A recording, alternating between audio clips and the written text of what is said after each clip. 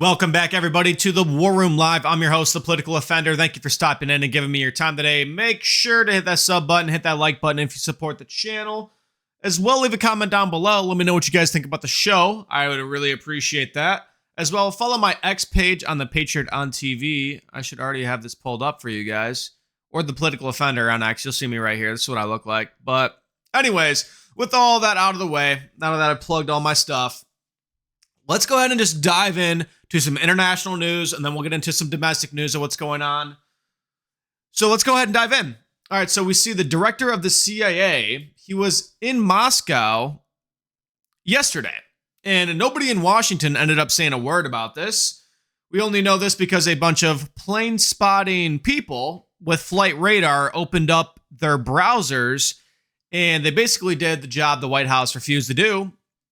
And they showed us that the CIA director ended up being in Moscow. So here's the timeline. We see a U.S. Air Force C-17, which is a big, massive plane. Okay, this is a massive transport plane. It actually left the Joint Base Andrews Sunday at night, and it went to Latvia. It just sat there for about 24 hours, and then it took off again and arrived in Moscow. And so we see the CIA director, John Ratcliffe, was on this. And the Kremlin confirmed it happened as well.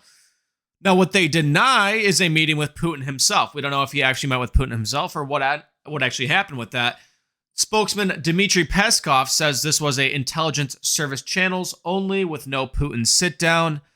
And I guess there was as well a second plane too, which is a C-40B. This is the kind that flies around senior officials. So we see that another plane flew with it into Moscow. And here's what's going on here. So the last time this exact scenario actually ended up playing out, the secret CIA director flies to Moscow. The last time this happened with no announcement, it was 3 weeks before Russian tanks rolled across the Ukrainian border. And as well, Bill Burns wasn't there to have a nice chat about arms control over, vodka, right? He was there to say, we know what you're planning and here's what happens if you do it. And, President Dictator Putin did it anyways. So when the current administration sends John Ratcliffe on the same exact silent, secret type of trip, I mean, you'll forgive me if I don't immediately assume it's not a garden party. Like, something is going to be happening from this. So if you look at the moment we're in right now, obviously Ukraine has been hitting deep inside of Russia. Moscow itself has been hammering energy infrastructure and logistics hubs inside of Ukraine. And both sides are answering with drone and missile barrages on each other, which is exploiting gaps in each side's air defense which they can find. So we see both sides are really done playing defense here. And on top of that, you've got Iran in the mix of all of this because Russia's been feeding Iran targeting intelligence on where American military assets are sitting in the Middle East. And as you know, while the Treasury Department, if you don't know, now you know, the Treasury Department just dropped a fresh sanctions hammer trying to strangle Iran's economy. It's called Economic D-Day is what they called it. So Moscow and Washington aren't just at odds over Ukraine anymore. They are on opposite benches in this absolute geopolitical, geostrategical wars, which are two at once now. We have two geostrategical wars happening at once. And this is the pressure cooker that our CIA director had to fly into. And the way he flew in tells you everything, by the way. You don't just stop in Latvia in 24 hours by accident. Obviously, this is the layover that's built for last-minute instructions on what to do when you get inside here. And he left within like 8 hours of the meeting. So he got in and he got out.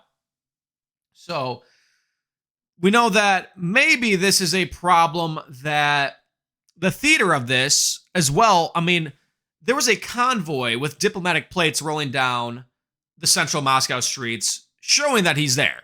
So this wasn't like a total secret operation, because if it was, they would have not even been able to, they would have just completely hid the CIA director and you wouldn't even know he was there. It's almost like they want the public to see he's there. So that's a very interesting point I saw as well. And my actual read from this is that it's not a friendly diplomatic tune-up here. This is one of two things, and honestly, they're not that different. Either Washington sent a warning that basically you continue to escalate against a NATO country and you're going to see what happens. which is kind of the same play that Burns ran in 2021, and you saw how that turned out with Ukraine.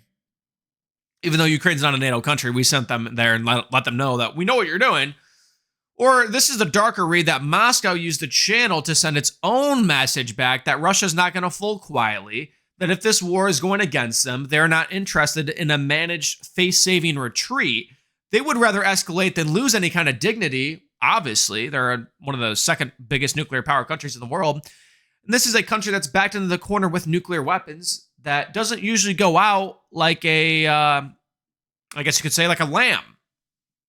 So Peskov as well, with his little non-answer, he said it's premature to say whether this helps relations, is basically what he was mentioning. And we see this is not the language of a breakthrough. So very interesting on what happened from this, what they're going to be. We heard that Russia's going to be targeting British bases with cyber attacks that are creating these drone technologies. So for Ukraine.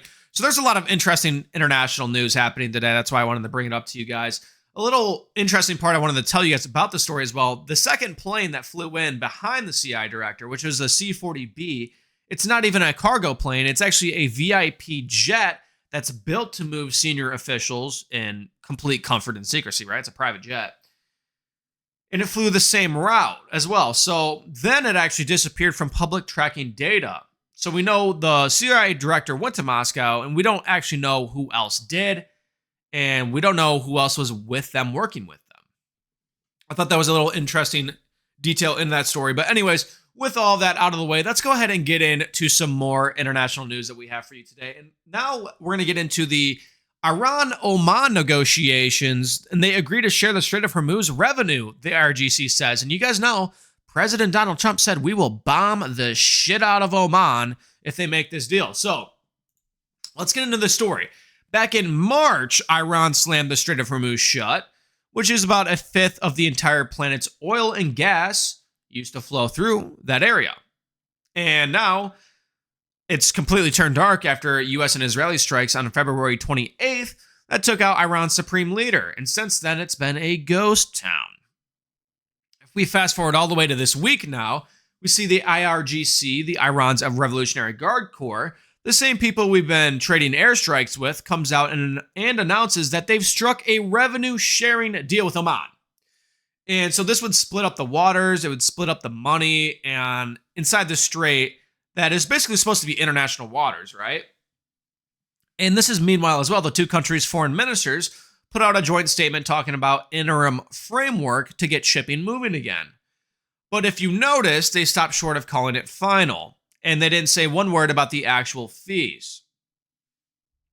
So, with that happening, I mean, this is interesting because, you know, this is an American ally, by the way, that just sat down with a regime that's been trading airstrikes with us, and they're trying to cut a revenue-sharing deal on a strategic waterway without us. And meanwhile, President Trump said, we will bomb the shit out of them if they do that. And they continue to do that. So, I mean, we know Oman isn't an absolute rogue nation, right? Oman's a actual long-term American partner. And now they're in the room with Iran's Islamic IRGC.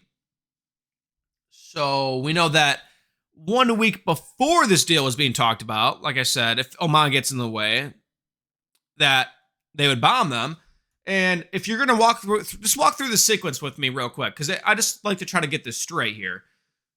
So the president of the United States threatens to bomb this ally that we have for making this deal. And then that same ally sits down with the IRGC and signs a revenue sharing agreement anyways. It's not finalized, but it's basically completely agreed upon. And obviously this is a country that hasn't got the message. It's a country that kind of looked at us, the United States, and said, you know, we don't really care if you're going to threaten to bomb us. We're going to do this anyways. So like I said, this is real American deterrence being completely vaporized in the Middle East. Okay? Meanwhile, we spent thousands of American lives, trillions of dollars, and now our deterrence is even weakening in this. I told you guys, this is where we're going to end up at, and now we're here. So with that, I mean, we know that these neocons love this as well. You know, they're getting all the money from this. They're saying, oh, our missile supplies are low, our interceptors are low. Send your tax-paying dollars so we can create more of them. It's just just insanity, okay? So anyways, that's where we're at in this Iran, Oman, U.S., what's going on with the Strait of Hormuz. I just want to give an update on that. That's kind of where we're sitting at right now, and it's very interesting to see where we're going to end up at. But anyways, let's go ahead and dive into Israel and Benjamin Netanyahu real quick and what he's doing. So moving down the street in the Middle East, we see yesterday night, the Binyamin Regional Council in Israel. It's the body that runs about 47 Jewish settlements sitting outside of Israel's 1967 lines that were made. Prime Minister Bibi Netanyahu looks at the cameras. He says, word for word here, today, many of our brothers and sisters around the world understand that this is our land and it will remain ours. And then he opens the door and he says, every Jewish man, every Jewish woman, come. We've been preparing a major operation, basically. We're waiting for you. So he's basically boasting about the numbers that 104 communities established and regularized in this area. And, you know, the land of Israel, he said, is acquired through suffering. Sometimes smiles, sometimes arguments, but it's being acquired is what he's saying. So we see this is the fact pattern here. I mean, the United Nations calls those settlements illegal. The International Criminal Court has treated the transfer of civilian population into occupied territory as a Geneva Convention problem. And even Mike Huckabee, a Christian Zionist, the U.S. ambassador to Israel, has called for some of these people, quote, terrorist, and the violence horrific. He distinguished, quote, unsettlers from actual settlers. So we know Mike Huckabee is, you know, not the greatest guy. He kind of supports the craziness that's going on over there. But at least he's calling out a little bit of what's, you know, the hypocrisy in the region. I don't support Mike Huckabee in any type of way. But anyways, see, this is as well. Meanwhile, the Times of Israel and the Tel Aviv University researchers dropped another number, saying nearly 50,000 Israelis left the country for more than 12 months in 2025. So, this is getting out of hand, I believe, because it's not even a surprise this is happening. It's their policy, right? So, facing these October 27th elections, which is racing to lock in sovereignty over whatever is going to happen in Israel, we see the United States is still on the hook for the baseline. $3.8 billion a year under this existing memorandum. 3.3 billion in foreign military financing plus missile defense money, guys. This is what we get. Tens of billions of dollars when you add in all the supplementals as well. So this is, you know, very interesting because it just never stops. The U.S. State Department tells them, hey, pull out. You guys agreed to this, sign this document saying you're going to pull out, and you don't. You got to follow the document you signed. And they're like, no, we're not going to do that. Oh, man. I guess something really interesting here is Israel is experiencing a complete, I believe, a brain drain from a lot of Israeli citizens. And the brain drain I'm saying is they're on one side or the other. And there's a lot of Israelis that don't support Bibi Netanyahu. And we see that there is a complete fracture inside of Israel, inside of their political party, on whether to continue these operations militarily or to completely stop them. So this is a country that's under a multi-year military and social stress operation, which is doubling down, it seems like, on everything they've said they're going to do. So anyways, this is kind of what's going on over there in Israel right now, you know. He's declaring the West Bank our land. So great. More innocent women and children getting missile striked into oblivion. Anyways, that's satirical, by the way. That's like a terrible thing that's happening. I'm just trying to be I'm trying to be like the mass media. They're like Fox News, CNN, and all of them. They'll be like, oh yeah, he's just declaring in the West Bank. They probably won't even report on it, to be real. Maybe CNN would, Fox wouldn't, but these things need to get talked about. Because why aren't they being talked about? So, all right, let's go ahead and dive into our next piece of news with Bill Gates. We're getting into some domestic news now, everybody. And what we're going to do, we're going to save the Secret Service story for last. Okay, so let's dive into Bill Gates. This guy, he's like trying to be the people's champion. He's trying to be like Elon Musk now. Elon Musk for decades has been saying that the depopulation agenda is a terrible thing, that we need to have more children, which is a great thing from Elon Musk. And Bill Gates was the complete opposite. He said, oh, there's too many people on planet Earth. But now Bill Gates is trying to be the champion of the people. So let's get into this. Bill Gates just walked on a stage, this stage here, and he acts like a guy who thinks the last 6 months never happened to him, okay? And we'll get into what that means. So he posted a nearly 6,000-word essay on his own site, and the message is very simple and loud, that AI systems is more dangerous than big tech will admit. There will be mass unemployment, bioterrorism, systems that slip the leash. He's addressing it should be the world's top priority. He said people who understand how good this stuff is are actually very worried in private, blah, blah, blah, blah, blah. He wants the complete credibility of being the people's champion when he's never been the people's champion.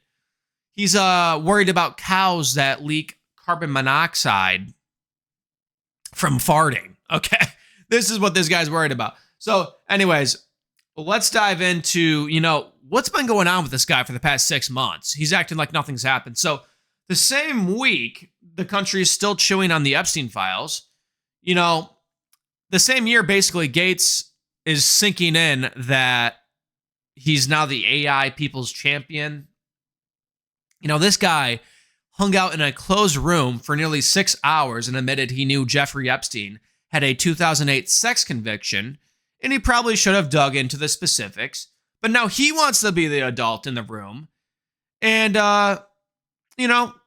he wants to be the most people's champion. I'm just going to keep saying he wants to be the people's champion of the most powerful technology ever built. And he told Congress that Epstein certainly wasn't a friend. He said he declined the island. He also said he may have been in the presence of victims on the plane, though. And an external review of the Gates Foundation itself commission found roughly 30 meetings between Epstein and Foundation leaders and staff, including Gates from 2011 to 2014, even after staff raised the reputational risk of the prior conviction. There was 30 more meetings. So those meetings actually kept happening after those people who worked for him said out loud that this man's radioactive, so he didn't care about that. So now, the guy who spent years in the orbit of Epstein wants to lecture you about bioterrorism and the mass job loss and who should be allowed to keep the paychecks. So, yeah, this is who Bill Gates is, everybody. You know who this guy is. He is absolute trash scum. So anyways, if you look at the pattern, first they tell you the technology is inevitable, and then they tell you the only way they can regulate it is to go through them. They're the people's champion. We know best. We know the best way to regulate it. So obviously, this is just getting absolutely more hysterical every time I see something with this guy, because he just really can't stop from falling from grace. And it's honestly such a great thing to see. But anyways, with that, that's the little Bill Gates story I have for you guys. Let's go ahead and dive into what's going on in California. So, kids in Sanger, California, 14 years old with due enrollment, hopped in the class called Art 2 Introduction to Visual Culture. And the teacher's name is Jose Soria. And what did the historic American nation decide was appropriate for the homework for a high school freshman? Well, let me tell you. A bloody at-home DIY abortion. There was a woman on a bench with a coat hanger with blood on the floor, and then a, quote, trans bathroom with compression underwear and a sign that says testosterone injection sites. There was also a wall text teaching 14-year-old, I can't get this graphic on YouTube, but to rub parts of their genitals in a circular motion and to find the G spot. Okay. So this is well with performance of two men with strap-on genitalia. And this is the exhibit that was assigned in a class that was supposed to be a college credit for freshman high schoolers.